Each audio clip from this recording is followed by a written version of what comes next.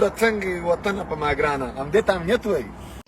د خدای ظالمانو ستاسو د لاسه مې بریتونه کل کړل. یو چا راته په کمنټ کې لیکلی و چې بریتو خوله دې سمه ښځه وه.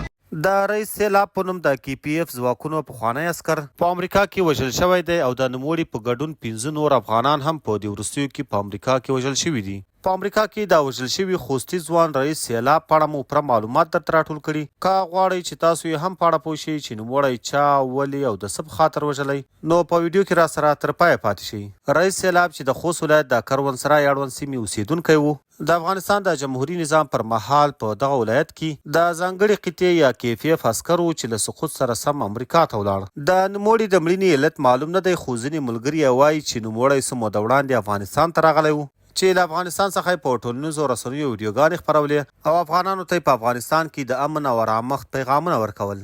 د ملګري وایي چې نوموړي کومه شخصي دښمني نه درلوده، خو ممکن همدغه له افغانستان څخه د امن د پیغام خپرول د ده د مرګ علت شوی وي. دا لومړی افغان نه دی چې په امریکا کې وژل کیږي، بلکې د اپریل میاشتې له لومړۍ لسیزې وروسته د امریکا په متحده ایالاتونو کې 15 افغانان په جلا جلا پیښو کې وژل شوي دي. د وروستیو راپورونو له مخې د امریکا په 2 ایالاتونو کې 2 افغانان په جلا جلا پیښو کې وژل شوي دي چې تر اوسه یې هیڅ انګیزه نه ده روښانه شوې. 2 نور افغانان چې د خوست او ننګرهار اوسیدونکي دي په دې وروستیو کې د امریکا په متحده ایالاتو کې د غلو او ناڅرګنده وسلوالو په ډزو کې وژل شوي دي. له دې مخکې د امریکا په ټکزاس او ورجینیا ایالت کې د جمال ولی عبدالرحمن وزیري او رئیس سیلاب په نوم 3 افغانان وژل شوي دي.